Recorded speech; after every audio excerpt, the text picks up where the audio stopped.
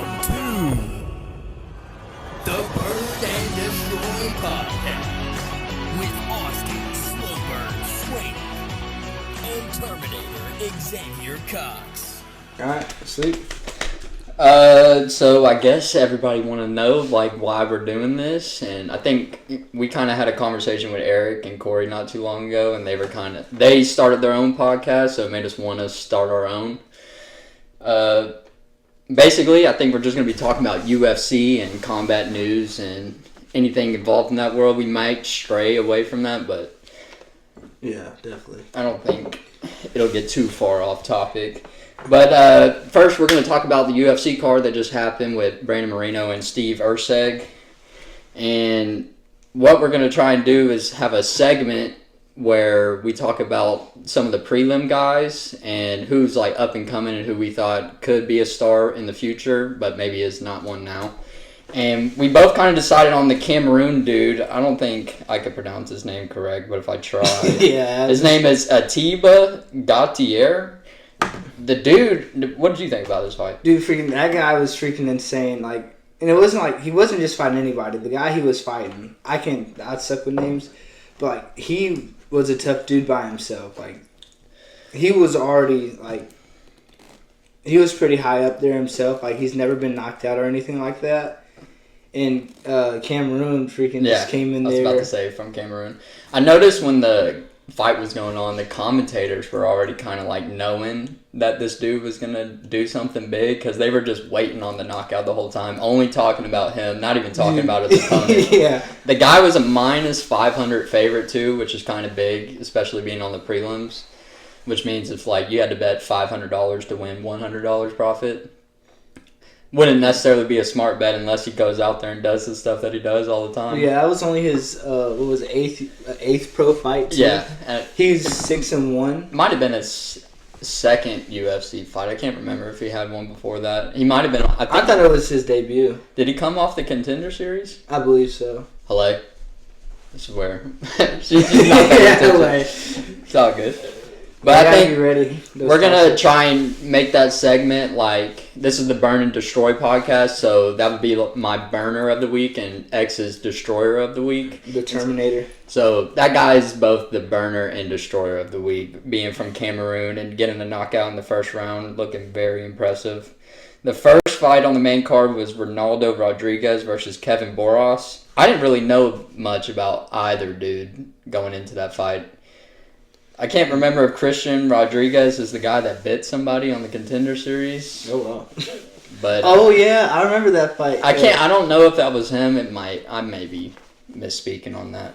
But did you pick out who you thought were who was going to win for those? No, I may have had a small bet or something on it, but the fight was good. The guys were going back and forth. It's not as good as there was another fight on here that was back to Atiba. He earned his UFC contract through Dana White's Contender Series. Okay, and so that was his first fight? First UFC fight. I believe so. Right on. So I think that guy will make waves in the future if they keep giving him the right matchups. He'll eventually. I want to see there. what his ground game is. Yeah, that's something I haven't seen at all. Yeah, I know because they stated multiple times he grew up fighting. And it was if you weren't fighting, you were getting bullied. So yeah. But back to that Kevin Boras and Rodriguez fight. It went to decision, but it felt like Boras was barely beating him, and I feel like the only way he beat him is because he got a couple of knockdowns. Yeah. If those knockdowns didn't happen, I think the fight would have been a lot closer than what it looked like. Oh yeah, it was a good fight though. They were both super active. It was a great fight to watch. Both I think that was flyweight too. They had a lot of flyweight fights on this card. I noticed there was 3 flyweight fights on the main card alone, and I think there were some on the prelims too. But that fight was good. And then you had David Martinez versus Simon Oliveira. That Simon Oliveira, I don't think he trains with Charles or anything like that, even though they have the same last name. But that dude's known for having a crazy ground game. Yeah, I lost that one. I picked Simon to win that one. You thought Simon? I think for the last one, also I thought Ronaldo was. I picked Ronaldo. What did you see that made you think he was going to win? Or I don't know. I was just trying to. I went through them. I looked them up. I picked Ronaldo, upset. Then I picked Simon for this one. I got an upset for that. Yeah, they both were underdogs, I think. But the Simon Oliveira dude, I've seen him fight before, and he's got a really good ground game, but he just has to get to it early. Oh yeah. And I feel like if somebody is able to have good defensive jiu-jitsu, they can just get past the first round with him or first couple of exchanges and then just kind of light him up on the feet, and that's what happened. Dude ended up getting knocked out flat cold on his back. I freaking know that's how freaking a lot of people are. It's like once you start that pace, it's like the biggest thing to overcome. That's one thing me and a guy from our gym named Damien, we talk about this all the time, how positioning is so key when it comes to striking, or really just MMA in general. Like controlling the center and being able to be on the front foot and just... It's almost like being the better wrestler in a fight where you can choose whether or not you want to be on the feet or on the ground. Yeah, which you're in control. When somebody's really good at positioning, they can choose whether or not I want to be close to you or I want to be far away. Kind of how we just recently, last night, were sparring with Nate, and Nate is the same way. It's like he's so good at distance management. It's like if you try to make space, he's going to take that away from you. And if you try to go forward on him, you're going to get hit with like 3 or 4 shots. Exactly. So it's hard. People like that, it's hard to do almost anything offensively. Dude, freaking. So Terry, I don't know if it was Terry or Tom. I still get them confused all the time. But the Branch brothers, The coaches for Iowa. Yeah, he was trying to explain how wrestling is as a sport, and what he used to say. He's like he was driving his car to school one day, and he wanted to take a right, but his brother wanted to take a left. And so there's two different ways to go. Yeah, he's trying to turn right while his brother's pushing the steering wheel to the left. And I thought it was freaking crazy. But yeah, that's how he explained it. It was freaking. They're trying to get control over the car. Yeah, that'd be. Those wild. are two intense dudes. They're. You've had an experience recently with a car. I think you got hit by your sister. Yeah. After I went to her regional tournament for her senior year. Yeah. I get home, I'm walking up the driveway, and she accelerates, backs up, and freaking runs me over. Not all the way, but I didn't think she was going to stop, and I was like, and you got pretty banged up too. You had to go to the hospital and everything. No, I didn't. No, it wasn't that bad. My knee's still banged up from it. Like really, it still hurt. Dude, yeah. So I strained my MCL last month. I was doing an ADCC in San Diego. And that knee feels better than the one that got ran over. So it's like any type of pressure on the knee it hurts. It's painful. I definitely could see it. I've never had like a serious knee injury to where it feels like I couldn't perform in a combat situation. Besides, like when I would run a lot, I would get like a tightness in my knee if I ran past 30 minutes. Yeah. But then after that, I mean, if I took a break from running, like it wouldn't like be a lasting pain. Shout out to Trey who just had his knee messed up in training. Yeah, hopefully it's not tore or anything. I did like when I have my knee problems and stuff like that. I always make sure like whenever I go get checked up, I'm like, what are they doing? So next time I don't have to freaking pay money to go get like whatever checked. Right. Yeah. So I was doing like my little procedures they did on me or whatever, and it seemed fine. It obviously still hurts. It's a bit swollen, but. And I think we got the right coach when it comes to knee injuries because Corey has been through plenty of them, and he talks about like, don't go get surgery. You can do it all at home. You can rehab, which is, I think. Ideally, it's all out there. If you just have to look up the certain things, it'll show up for you. Ideally, it's cheaper and probably a faster healing process than trying to go get surgery and then get healed through that. Oh yeah, for sure. The next fight after David Martinez and Simon was Edgar Chairez? No, that wasn't the Raul. We'll just say Raul was. I don't know which one was the next one. We'll say. Raul Rosas versus... Who'd he go against? I don't know. Vince Morales. Look at you go. Shout out to Halle. Yeah. She ran me over. But that was the Raul fight was good. It felt like, at the very beginning, I felt like he felt the need to show his striking, like, out the gate. Because he came out throwing hands. Yeah, his striking's it looks like it's been progressing. Because before his past fights or whatever, like especially earlier in his career, I know he's like 20 years old or whatever, but like a couple years ago, his striking wasn't. It was just unorthodox. It was like in his Contender Series fight, that man was literally running and jumping at his opponent and throwing strikes while he was in the air.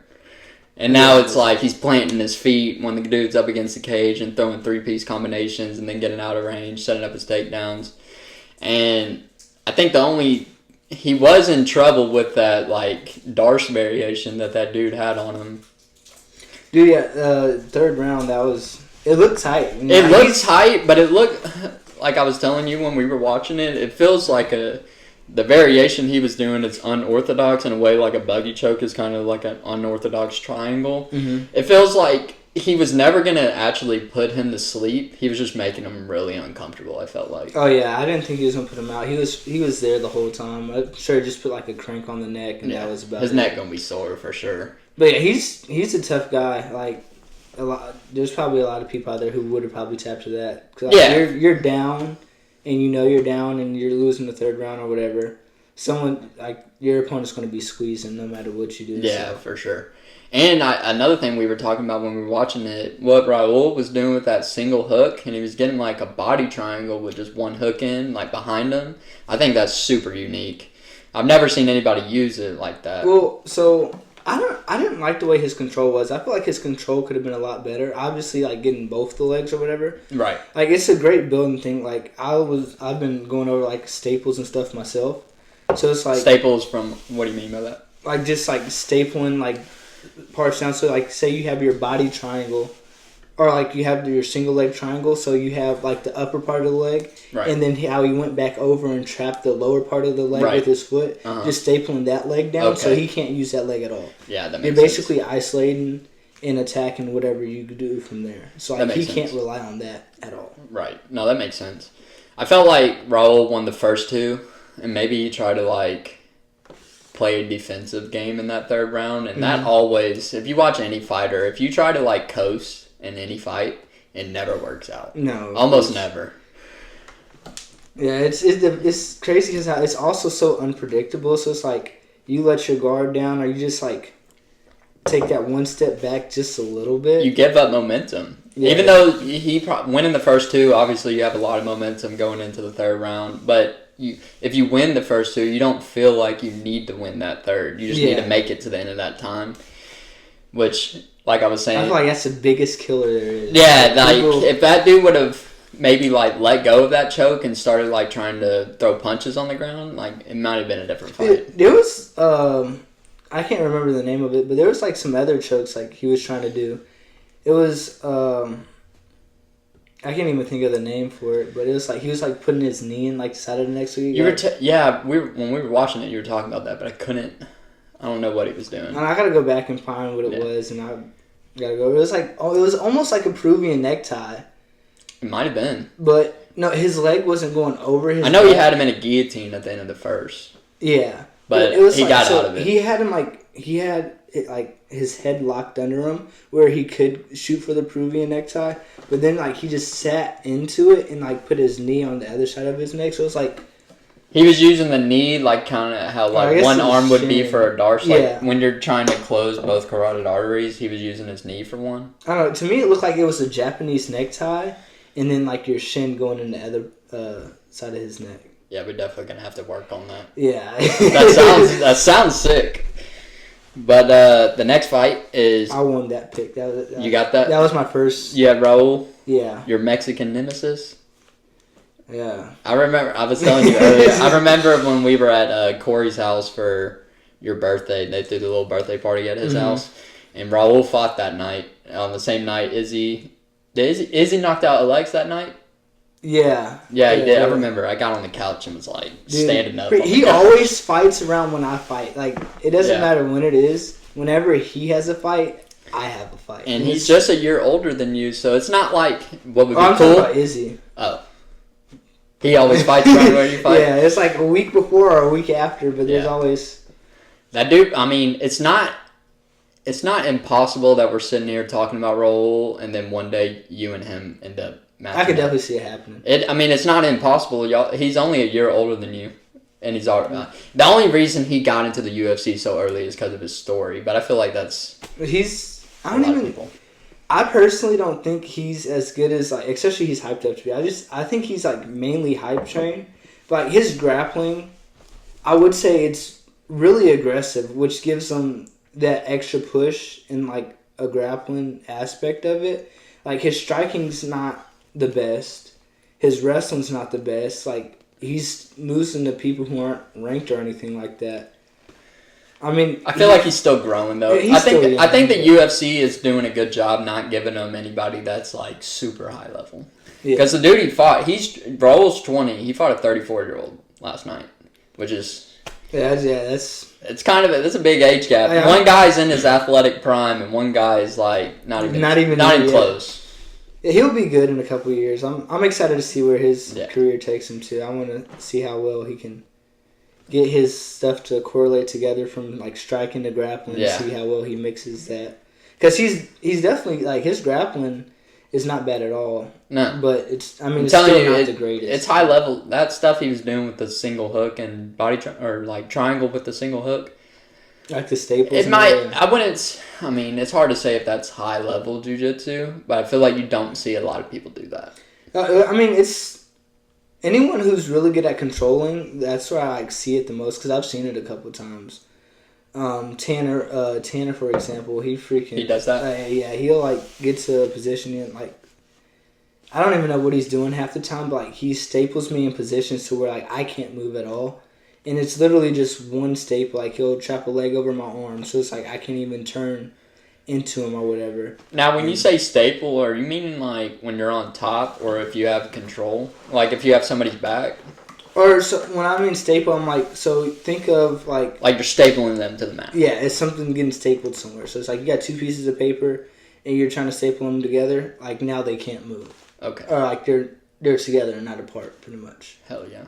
It makes a lot of sense. Yeah, it was... I suck at explaining this. No, I would say that was actually a good explanation. So, yeah, I got Raul for that one. Then the Edgar fight. That's good.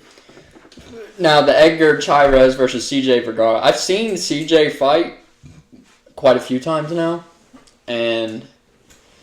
I can't tell if he's getting better or worse. I can't. I mean, he has moments. He's the guy not too long ago that they made a clip of. He was fighting somebody, and he got cracked, and he just started running around the octagon. Yeah, like he literally is like sprinting in a circle, like running away from the dude. And he ended up winning that fight. Yeah. But there's just stuff like that where it's like I can't tell if you're getting better or you just have good moments. You know what I mean? For sure. Yeah, I don't understand. I feel like anyone who runs, like, is actively running away from someone, even if it's to circle back in, like when you go to, like, rule sets and stuff like that, like, in wrestling, that's an immediate point. Right. That's fleeing the mat. Ooh. So it's like... Before we get into the next fight, we should talk about, should there be stalling in MMA? Should they take points for stalling in MMA?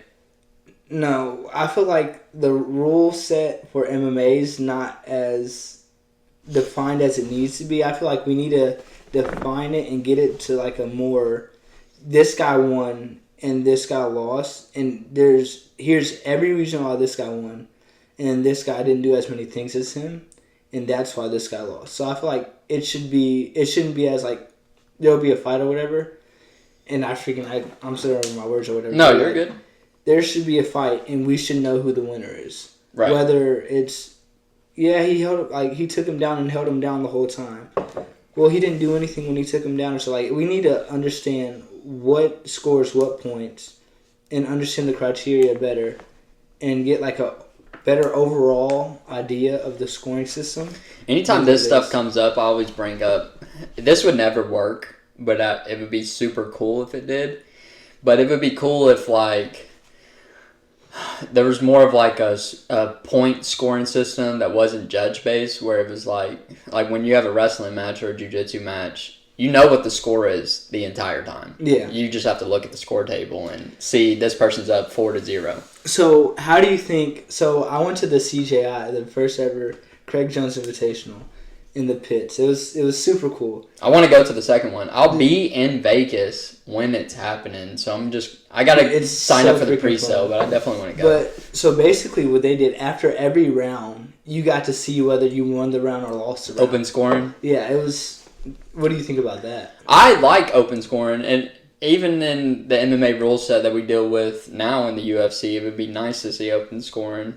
But what I was getting to, like, it's not open scoring. Talking more about that, it's nice knowing at the end of the round, the whole crowd knows who just won that. Yeah, it's just like they're not going back. Well, why did this score that? Or when we get to the decision, I mean, we're not. But again, like, maybe the UFC wants that. Maybe the UFC wants fans when it comes to the decision. They're like, I don't know who won because you never know how the judges are. So everybody's tuned in, trying to see. And if we knew, then we would just like, all right, you can take a piss right now. The next fight's gonna be up in there. This is an idea just for grabs, right? So like, say like the prelims or whatever, like all the like everything under the main card or whatever, or I guess main event or. I don't know how you would put it. This is just an idea that just popped in my head. What if, like, all the prelim cards, for example, had a open scoring card, and then all the main cards, main card Fights. the main card fights.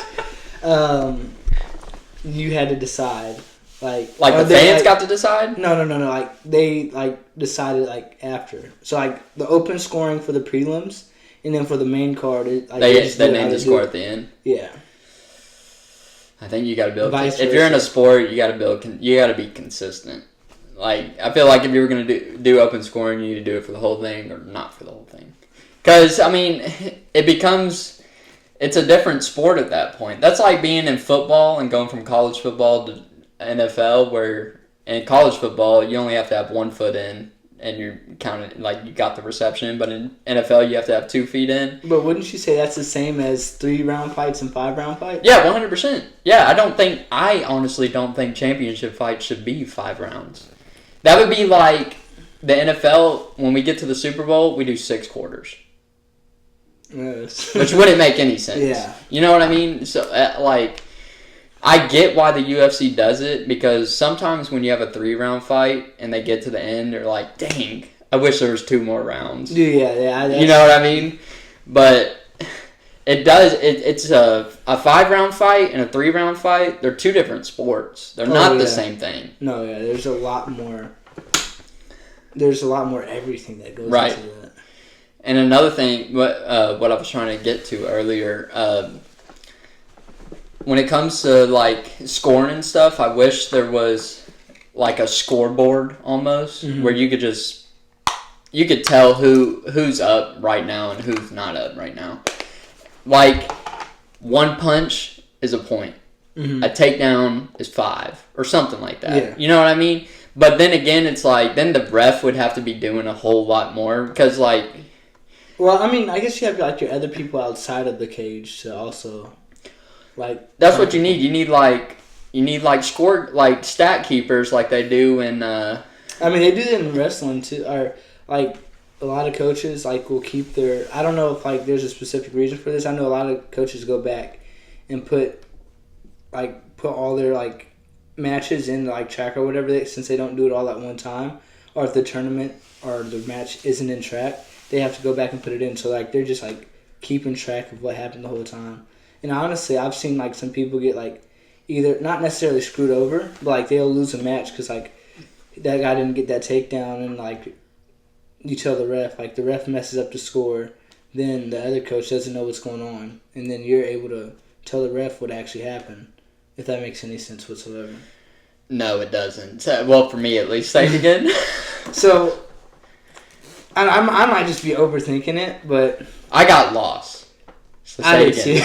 Say it again. So we're talking about scoring, like, if you can make an MMA fight like a wrestling match. Is that what you're trying to say? Well, I'm just saying, like, the way they keep stats. Right. It's consistent. There's a sheet dedicated to stats. And they do, I noticed they do keep stats for the UFC. Like, if you can go look up, like, who got the most strikes in a fight at this division. Punches, but I wish they can have people sitting there watching the fights and tally up that this person got 97 significant strikes in this fight, and they'll it'll be like updated before the even decision ends. Yeah. And it's like, if you can do that, then you could definitely have Just like open scorekeepers that are like, every time this person lands a significant strike, they got 1 point.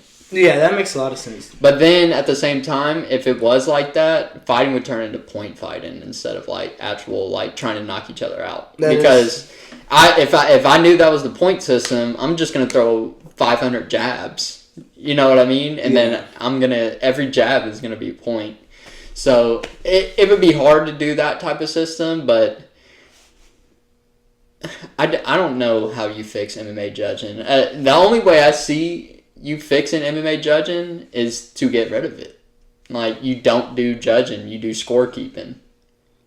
That's a fair assessment. I would like that, it's just I don't know how you would do it. I mean, besides the way I said, but then I don't want to see people jab each other for 3 rounds.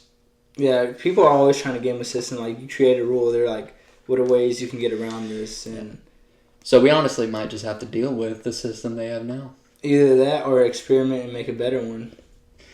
The only MMA promotions that do open scoring is... I don't think any of them, actually. None of the major ones do.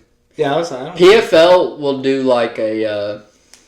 after a round, they'll say the fans can like vote on an app. Oh, yeah. And then they'll have like an AI judge or something. Have you been to the PFL fight? No, but they have one in Nashville coming up. And I'm thinking I went to...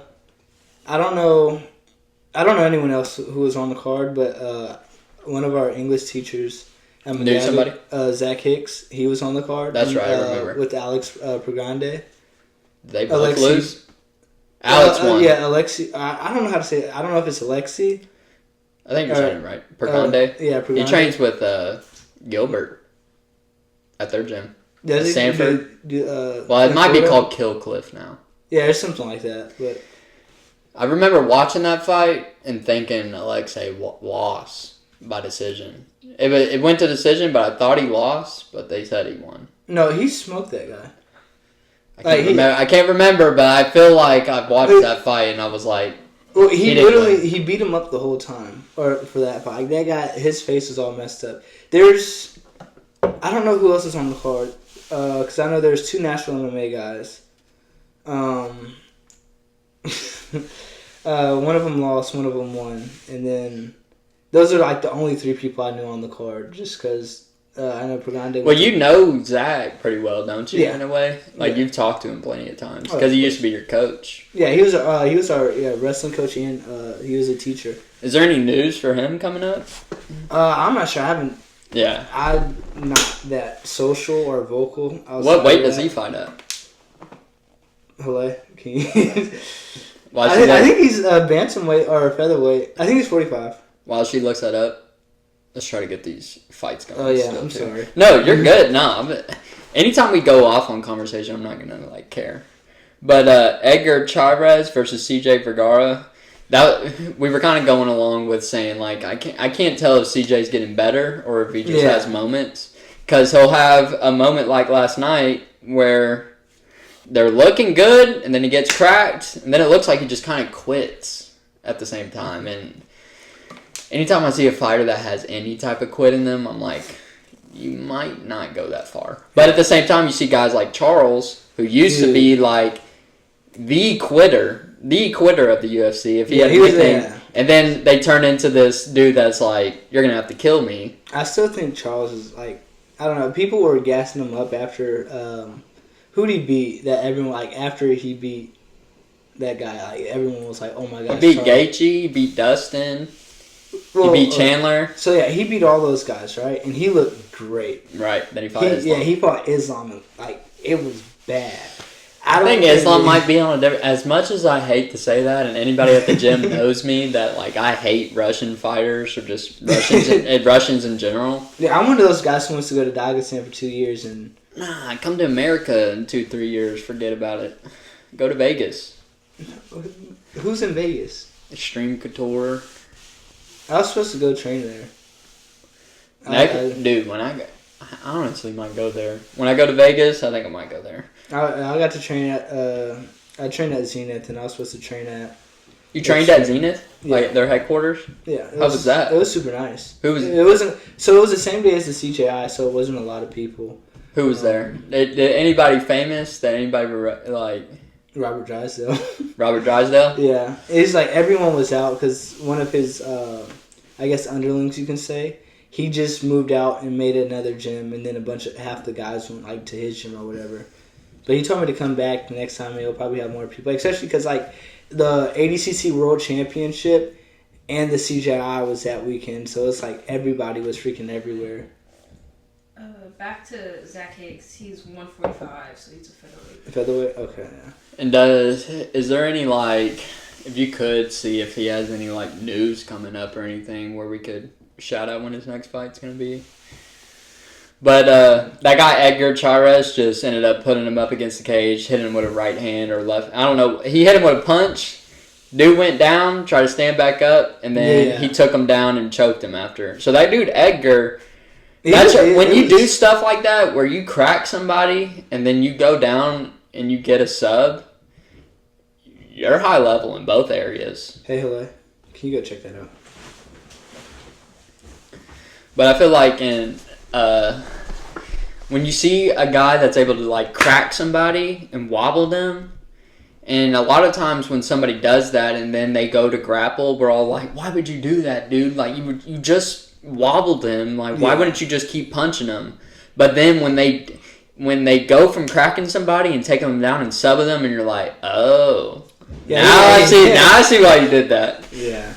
But it's just nice to see people in MMA being able to be good at both striking and grappling. Yeah, that's honestly like makes you complete. To see. You're complete. The people who can like combo into a transition into a submission. Yeah. It's like it's what makes MMA beautiful. Yeah. As a sport, it's just amazing. It's the highest level of fighting, man, and I truly believe that MMA will be the top sport in 10 years. In 10 years, I feel like in a decade from now, and I said this 2 years ago, so maybe I would say in 8 years from now. 8 years from now, I feel like MMA is going to be bigger than NFL. It's going to be bigger than basketball. It's going to be bigger than... I don't know if it'll be bigger than soccer, because soccer... It's not big here in America. It's globally... Yes. Like it's not super big here in America. Obviously, it's big, but if you watch like European... And you travel outside the country. European soccer matches, it's like... I didn't know this many people were into soccer. Football, whatever you want to say. Yeah, I traveled to Costa Rica and I got to play soccer with some of the natives. Yeah. But I scored a point. You scored? No, I was on their team. I was. Okay. I guess we split everyone up. So it was like we had some on our team and some on the other team or whatever. And we ended up winning by like one or whatever. But like they were insane. Yeah, I bet they were going crazy. What were you playing, like midfield or striker? So I went with just a bunch of high school kids who don't know. Like you had your people who play. Oh, so when you went on that Costa Rica trip for your school, it was like a senior trip. Yes. So you had a bunch of seniors paired up with these Costa Rican natives. So basically, I played like I was playing left wing for a while, and then I went to like striker or whatever. It's like left wing. I feel like is technically a striker. Is it not? I don't know. I don't know soccer. Like I was basically a defender, and then we weren't scoring enough. So then I went to go score or help. Yeah, help score. I went to the offensive side of the field and scored a point doing that. And when you say you score a point, I'm thinking like you kicked the ball. That's exactly what happened. So you did score. Yes. See, at first when you said y'all scored a point and you were like we scored, I was thinking like. You watched it go in, but your team did it. No. You kicked the ball and it went in. Yeah. Yeah, that's sick. But I don't know how we got on that topic. Yeah. I had Edgar for that one. You had Edgar on that one too? So what are you now, like, before we get to the co-main? I'm 2-2. I lost the first 2, won the second 2. Heck yeah. So now we got Manuel Torres versus Drew Dober, which was looking to be a sweet fight until... It wasn't a long fight. No, but it looked like Drew Dober's a guy that he can make any fight exciting. I would say it kind of depends on the person he's going against. Like they have to be willing to do the dance too. Yeah. Takes two to tango. Yeah, for sure. But that man Drew Dober, he'll stay in somebody's face no matter what. And I felt like when he got caught, the way he got caught, he was out in the middle of the cage. It was a 1-2. He made 2 punches look like one, which is like the ultimate knockout shot. And as soon as he went down, it felt like that was it. Dude, yeah. I don't know. That was a late... That stoppage... Dude, You think it was late? I think I can see why he was hesitant. So he was in on his leg. Yeah. While he was like getting hammer fisted. Dude, like, he got up. That sounds and, pause. Like, you know what I'm saying? Yeah, but he got up and he was still trying to fight. Like you can see that he didn't know what was like. He was just. I mean, I don't blame him as a ref. As a ref, like he's trying to give him the opportunity. Yeah, he was still looking like he was in a good motion. Like you can tell he wanted to step in. But he wasn't sure because like the position it was in was a hard position. It looked like, I mean, if he could have built up off of that single, you let that fight go. I don't think he was the Charles versus Chandler when like people like claim he like knocked him out and then hit him and woke him back up or whatever.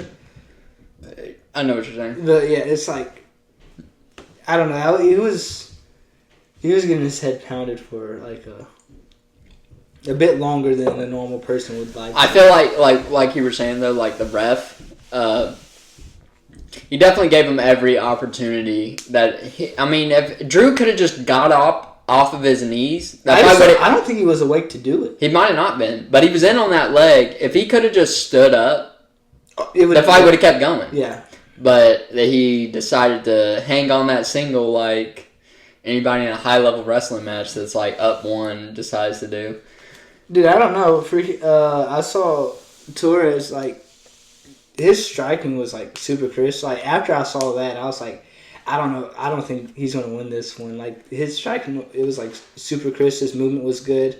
His distance was, like, on par. Like, everything was, like, looking great. And then he caught him with, what was it, like, the 1-2? It was a 1-2. Yeah, but that's the thing. And it was fast, too. I've told you this, and I've told a couple of people at the gym this. It's, like, the best knockouts come from somebody that can make 2 punches look like one.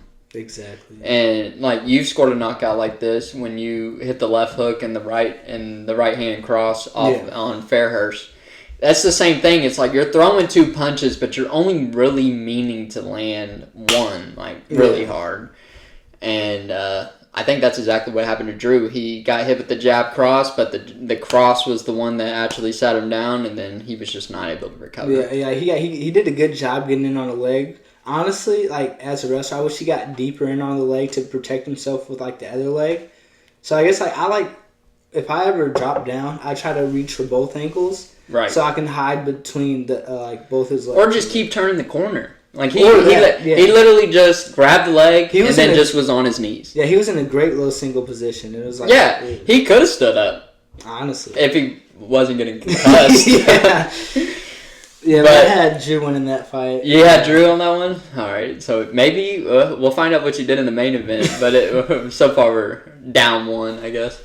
But the main event was Brandon Moreno versus Steve Erceg, which ended up being a good fight, it looked like. It was hard. I mean, I wouldn't say it was hard to watch or, like, hard to score. It felt like when it comes to MMA, like, how you win is you hit that guy more than you get hit. And that's what Brandon did. That's exactly what he did. We also had some distractions talking about some other stuff. Yeah, some other stuff. Let's just keep it back. But it definitely, that kind of fight with that type of name, Brandon Moreno, a big star in the UFC, especially at flyweight. He's probably, if not the biggest star at flyweight, if you don't consider, the champion Pantoja may be a bigger star than him just because he holds the title. Yeah. But Brandon Moreno is just like, he's a star that goes beyond Mexico.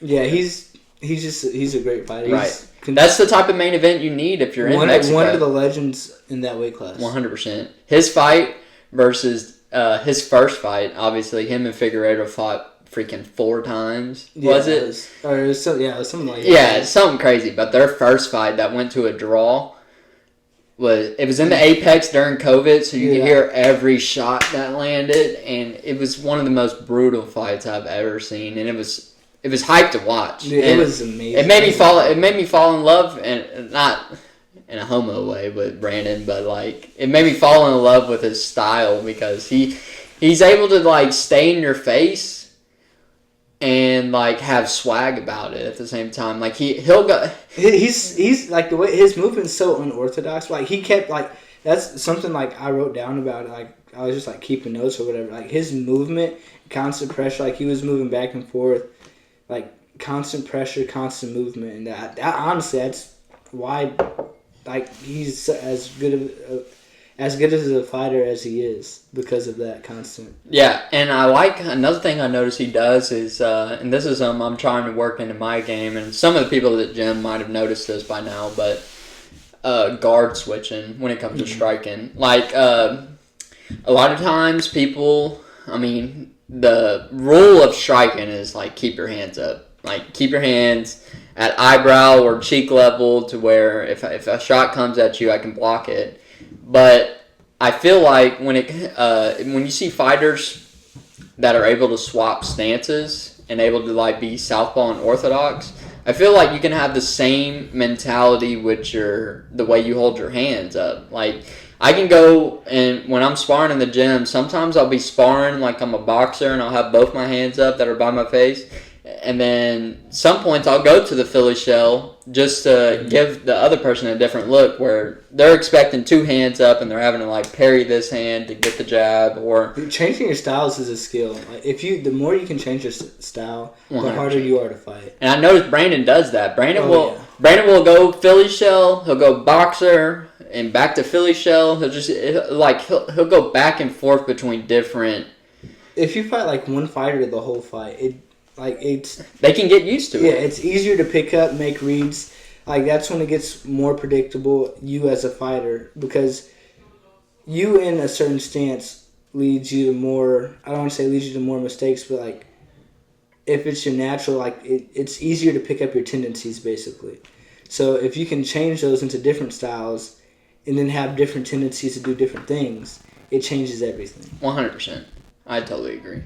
So Brandon Moreno ended up winning that by decision, and it was a close... I mean, watching it, I couldn't even give you an accurate score because we weren't really paying attention. Yeah, we had a big distraction. But it felt like Brandon was winning. I mean, and like I said before when we started talking about this fight, it felt like when you're trying to win an MMA fight, it's like hit that guy more than he hits me, and that's what he did. He did what he had to do, and he won. So... That card was good. Mexico, the crowd looked like they were hyped the whole time. They were cheering. Yeah, and I want to go to an England fight, and I want to go to a Mexico fight. That would be sick. Yeah, that would be sick. So I had Brandon for that fight. Yeah, Brandon. So you tied. You went 3-3. I went 3-3. Heck yeah. So speaking of that.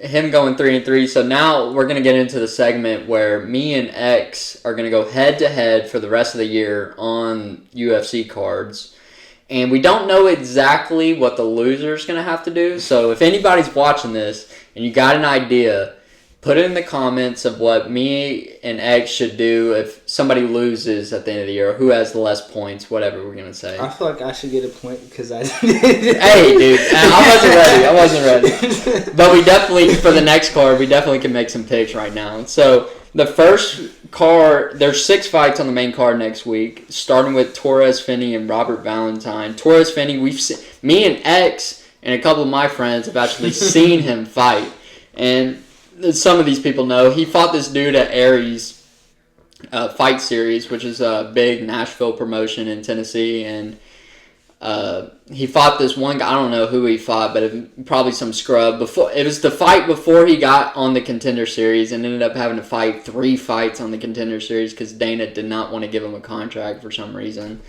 And I had a moment. I had a little bit too much to drink. And this dude Torres Finney was killing this dude. Yeah, he's a different type of animal. I can attest. Yeah, I was about to say, can you attest to? I know my reaction probably was a little bit overreaction after going back and rewatch. I went back and rewatched the fight. And I was like, I was tripping. So he was basically ground and pound. Like the guy was up against the cage, and he was landed like 100 strikes. Yeah, he was just unanswered. wailing on him, and like the guy wasn't doing anything to really. And the ref wasn't stopping it. And I've never seen that ref before. The ref that was reffing that fight, I've never seen him besides that day. And I've seen a lot. Like, if you know anybody in the Tennessee MMA space when it comes to refs, you got Luke and Caleb. Those are the guys. And Chad. Chad, yeah. Chad, if you see this, I'm sorry. I don't really like your reffing. But I like the other two dudes. I like the other two dudes. I love Chad. Chad was like... Chad's a cool dude. I've talked to him and I've had conversations with him, but it's like...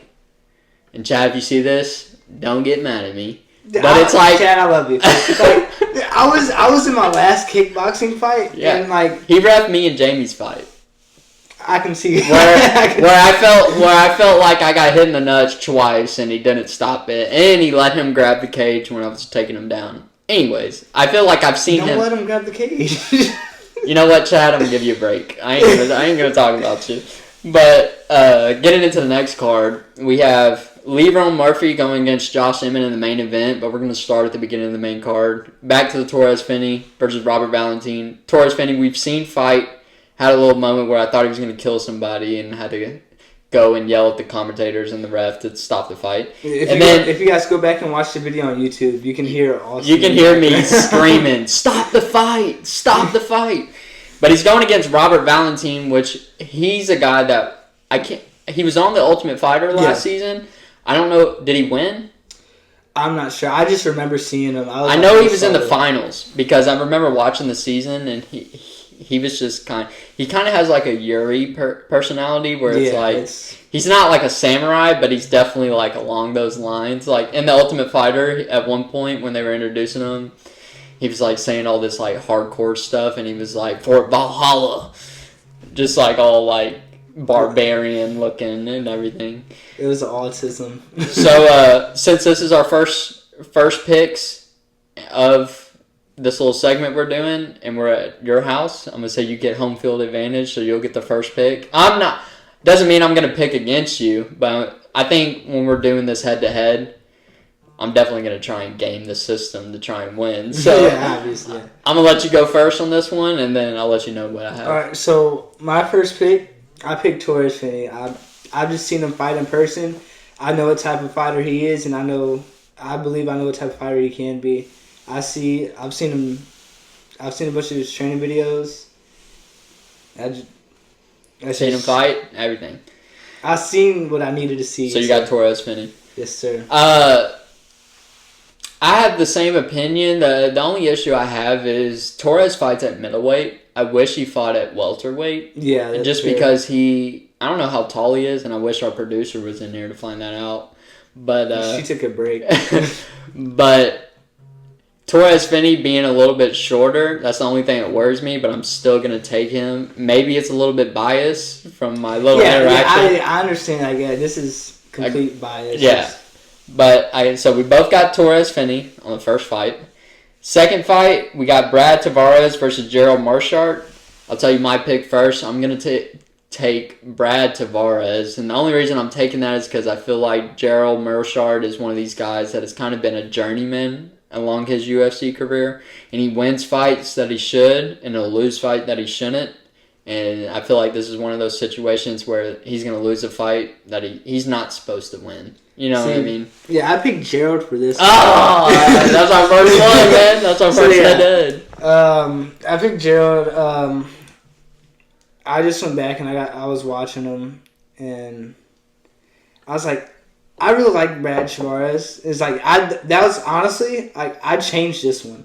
Like I had Brad Tavares written down, and I was like, I think I'm just go with Gerald. Like I just have a good feeling about this one. How do you think? I mean, he's a submission guy. He's a jiu-jitsu guy. Do you think he takes him down and gets a sub? I think he can, and I think he does. Definitely might. You want to call the submission that he gets? Try to. Second round. 58 seconds. 50. Rear naked choke. Rear naked choke. Bad. So we got the next fight, which is Kennedy Nzechukwu versus Martin Buday. I'll let you get the first pick on this. I got Martin Buday on this one. Any reason why? Two heavyweights going against each other. Yeah, I went back and watched both of them, and I was just more impressed with Martin. Like I didn't do like a whole like list of research. I did this earlier today, so like it was like based off prior knowledge and then knowledge that I researched before I did all this, and I was just more impressed with what I saw from Martin and. Okay, yeah, I see what you're saying, but this guy Kennedy and Zexicu, do you know who Carlos Olberg is? Yeah, he trains with Izzy and stuff. Yeah, Kennedy knocked him out. Yeah, I saw. Yeah, and like that's the only guy to really like do anything to Carlos, and that was at light heavyweight, and now Kennedy is a heavyweight. But me and you know from the wrestling world, like the best heavyweight wrestlers didn't cap out the weight limit. You know what I mean? They weren't like sitting at 285 or anything. They're sitting at like 230, 240. Yeah, it's like they're big. They're too big for light heavyweight. I don't know what would you call that in wrestling? What's the weight? 97? I guess it depends where you're wrestling. So in high school it's like 220. Yeah, but in college it's 197 and then it's heavyweight. Yeah. So like, and that's kind of a big jump. You think 197 to 285. That's 90 pounds. Well, I guess MMA wise, you got 205. So it's a little bit different from there. Like you got 205 and then you got 265. So that's a closer gap. Yeah. But still, like there's some guys that are tweeners, and I mean what I mean by that is like they could be in this weight class, but they could also be in this one. I'm one of those. Yeah, for sure. Corey Robinson. Yeah. I'm a 135 right now. You're announcing it now. Yeah. Oh, I told there's certain promotions I'll fight 125 for, and then other promotions I'll stay at 135 and or 145 for. But yeah, I don't cut a lot of weight. You really could do 3 weight classes if you wanted to. You could. I guess no. I've fought at 35 and 45. You almost had a 25 fight. I had, but yeah. You honestly. With your size and build and frame, you could do 25, 35, and 45. Be triple champ at whatever. But that's the reason I'm picking Kennedy. He's not maxing out that weight limit. He sits around like 230, 240 because he used to fight at light heavyweight. And that dude Martin, he looks like he cuts to 265. Yeah. He's a big dude. And I think speed's going to be a big factor. I don't know. I haven't... What was the question I wanted to ask her? How tall is Torres Finney? He's the first fight on the main card this upcoming week. Next week, yeah. But, I'm picking Kennedy and Zexicu, so that's another one we're going head-to-head on. This is working out for me. It's not... Because it would have been super weird if we just picked the same. Yeah, picked the same fights. So... We can, wrestle off who gets the... Yeah, exactly. So we got in the third fight on the main or fourth fight on the main card. We'll say we got Chang Ho Lee versus Cortavious Ramain. I'm trying. Anyway, we got a Korean versus a black guy. Let's just say that. And do I get first pick? Yeah, this is yours. I'm gonna pick the Korean cat, as we would say. I guess you would say. Yeah. And I don't really have a reason why. The Korean cat. That's rather ironic. Yeah, the spell with a K and everything. But I don't really have like a reason why I'm picking that dude. It's just looking at both of their records. I just felt like his was better. Yeah, I went with Lee Chang Ho too. Yeah, went the Korean cat. I was just more impressed. I don't know if I don't think their height's too far apart, but their arms. It's kind of crazy they're getting that position on the card, and I don't really know anything about them. I've seen Cortavious fight one time. I haven't seen this. I'm a slacker with UFC fight. This is honestly. This is gonna get you into it. Yeah, this is gonna get me into watching UFC fights. I used to, get on my Stream East and see what I can do from there. But yeah, So we're both picking the Korean cat. Yes, sir. Nice. Torres Finney is 5'8". He's 5'8" at middleweight. I remember that. Yeah. So he's literally my height. I fight at 125. He fights at 185. But we're just as tall. He's a fit guy though. Yeah. Yeah. He's definitely a one. I mean, he should. If anything, I wish he could find a way to get down to 70 though. Yeah. I don't like him fighting at 85, being 5'8". That's like DC. DC was 5'10", fighting at heavyweight. Yeah, but he was also 5'10" horizontally too. DC, if you hear this, no That's shade. a good one though. His commentating, he was definitely a better fighter than commentator.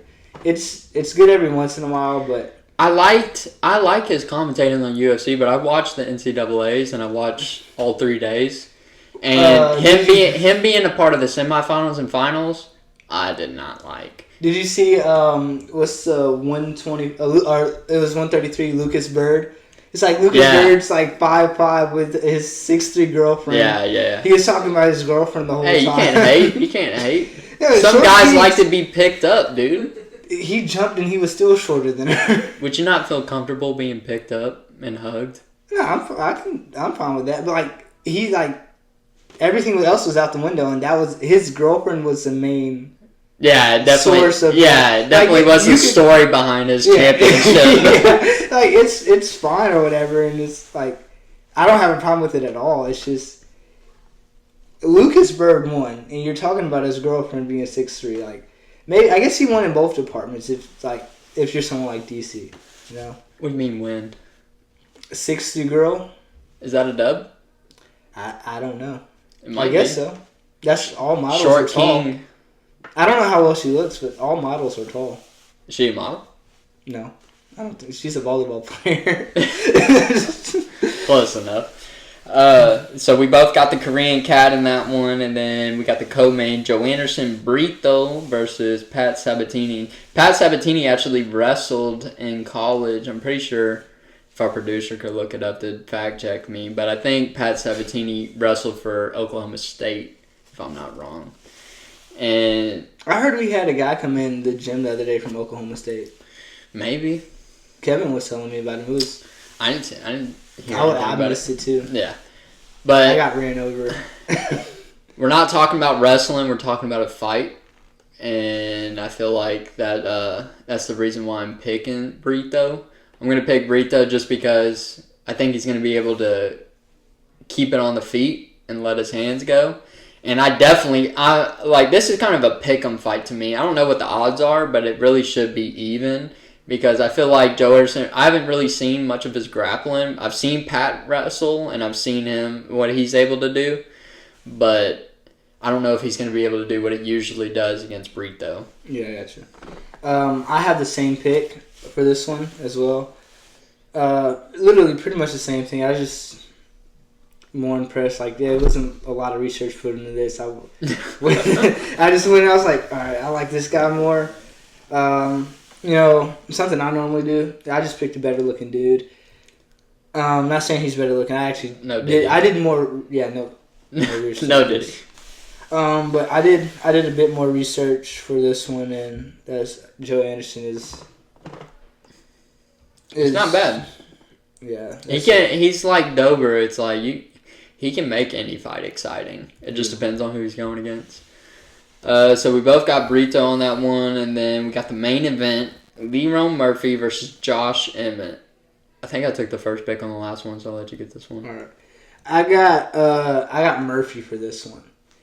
And if I'm not mistaken, this is the same guy. I don't know if anybody else has watched the fight, but the Cameroon dude, the burner and destroyer of the week, for this past week or whatever, I believe this is his training partner. Is this guy right here? Really? I know that he mentioned it when he after he fought. He's like, one day I'll be able to be as good as this guy or whatever. Yeah. And I was like, I probably won't. I didn't really feel like looking it up, but then I ended up because he said his teammate fights next week, which is this card, and I believe that's him. Another thing about that Cameroon dude, when he was on the Contender Series, this is something that's kind of controversial and not really, but he when he fought on the Contender Series, the UFC when like the people are walking out, they put like little like showcases of what they've done and stuff, and they were like, "This is the first Cameroonian. If he gets a contract, he'll be the first Cameroonian UFC fighter." Mm-hmm. Totally forgetting about Francis Ngannou. They're just like trying to hide him in the shadows and like not speak about him. Was at he all. the guy who trained? He's from somewhere, and then he trains in England, right? Lee Roan? Cameroon. The Cameroon dude? Yeah. I mean, if he does, that would make sense why he trains with LeBron, because LeBron is from England. Okay, yeah. So he's Cameroon. He went to go train in England or whatever. But yeah, I picked Murphy. I'm the guy, Cameroon's training partner. I don't know how often they train or whatever, but I like what I saw from Cameroon. Good teammates make better other teammates, which enhances your performances as well. 100%. And then this guy's Murphy's pretty stacked.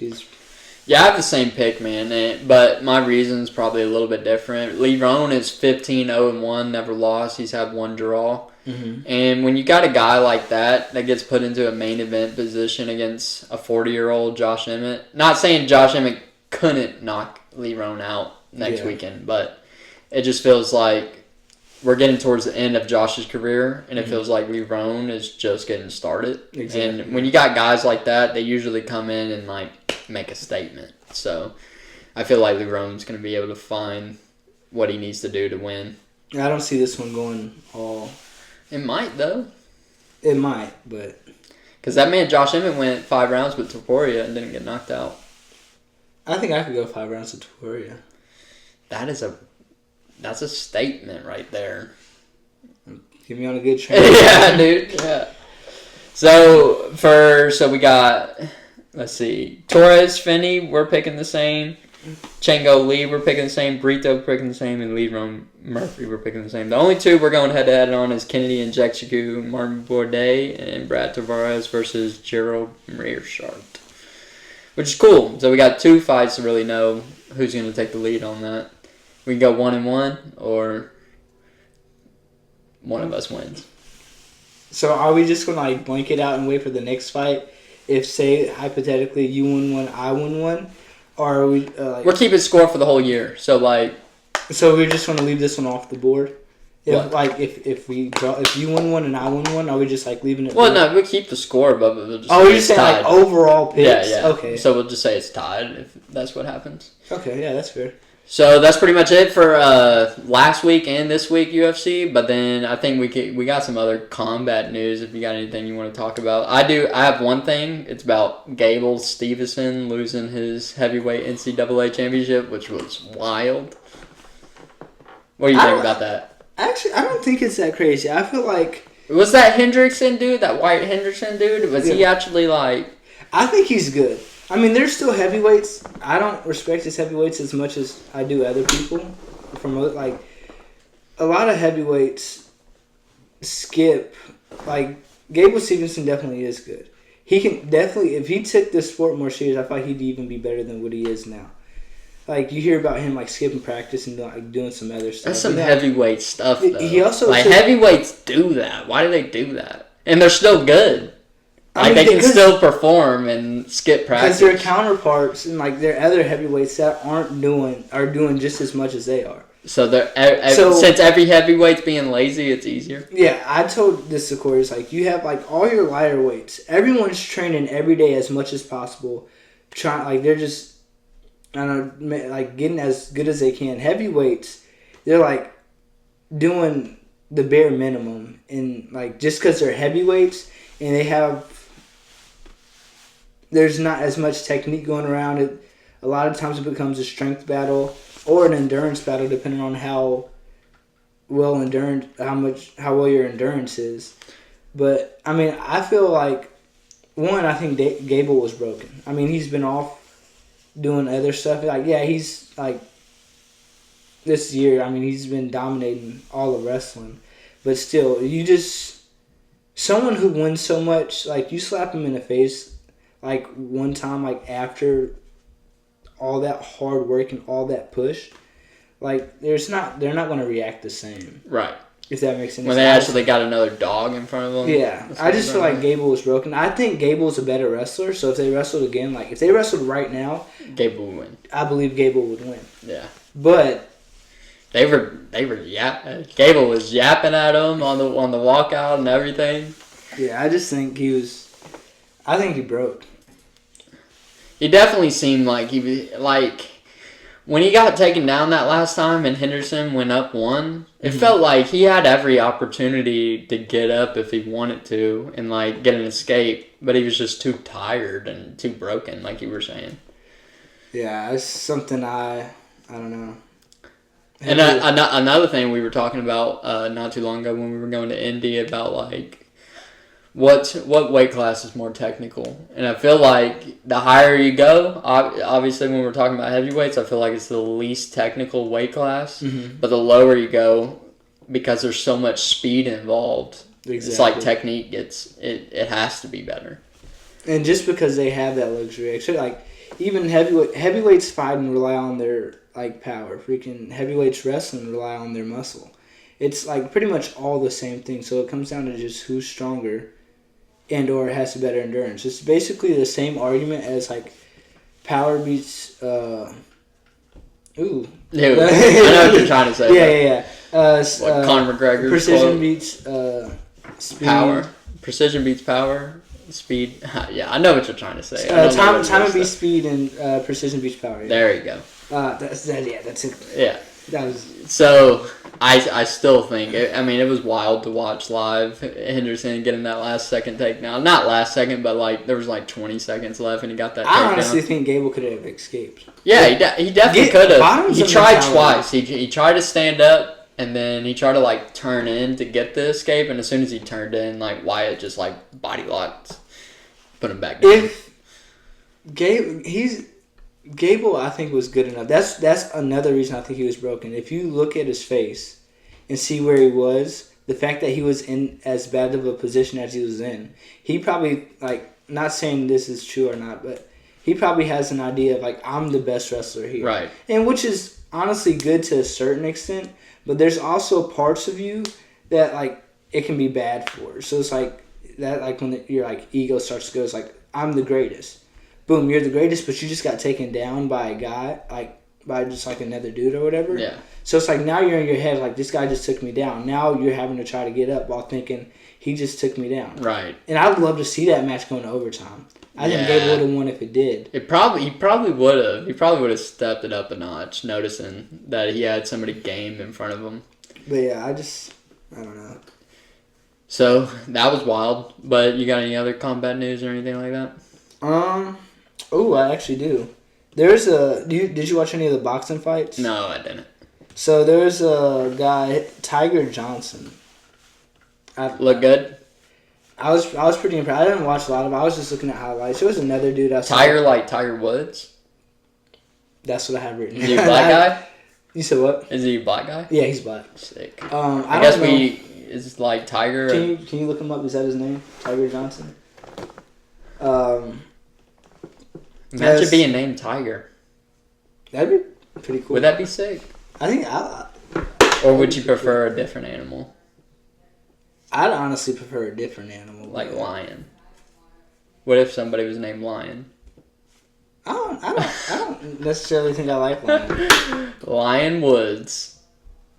Lion Woods. I'm just kidding.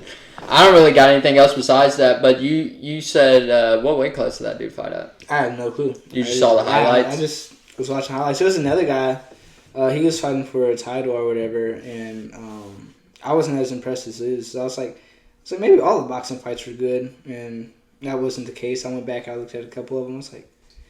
I'm going to try to pronounce this without butchering it. So it's not his name? No, that's his, like, alias. This is, like, nickname. Delonte? Sounds right. Johnson? Delonte Johnson. What's his record?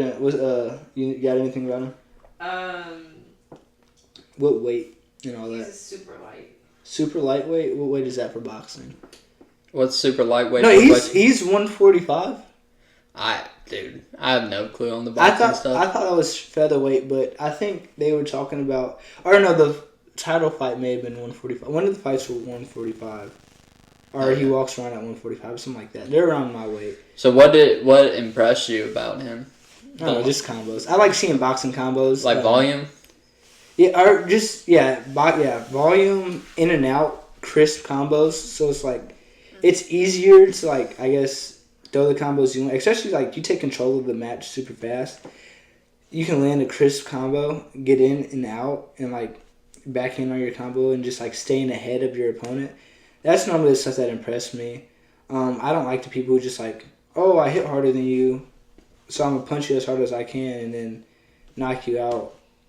I'm not the biggest fan of that. Right. But he looked super crisp, and I'll definitely be looking forward to watching him. Delonte Johnson. Cool. Super lightweight is 140 pounds, by the way. 40. 140. Yeah. 140-pound boxer, Delonte Johnson. Keep a lookout for him. Yeah, I might be boxing soon. Yeah. Heck yeah.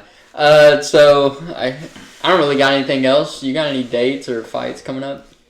Right now, I want to compete in jiu-jitsu. But June 20th, hopefully I have a kickboxing fight. And then hopefully I can get on an Agogi card here in Tennessee soon. But I need to, after I got hit with the car, my knees have been messed up. But hopefully I can get back in there soon. I want to stay consistent and then start fighting again, just going back at it. What kind of jiu-jitsu tournaments you want to be doing? IBJJF, ADCC, or just any of them, honestly. Any of them. Heck yeah. The cheaper, the better. Well, I'll be in Chicago April 6th next week, and then I'll be in Atlanta May 4th, and then I'll be in Detroit June 21st for IBJJF. And that's pretty much it, dude. Yes, sir.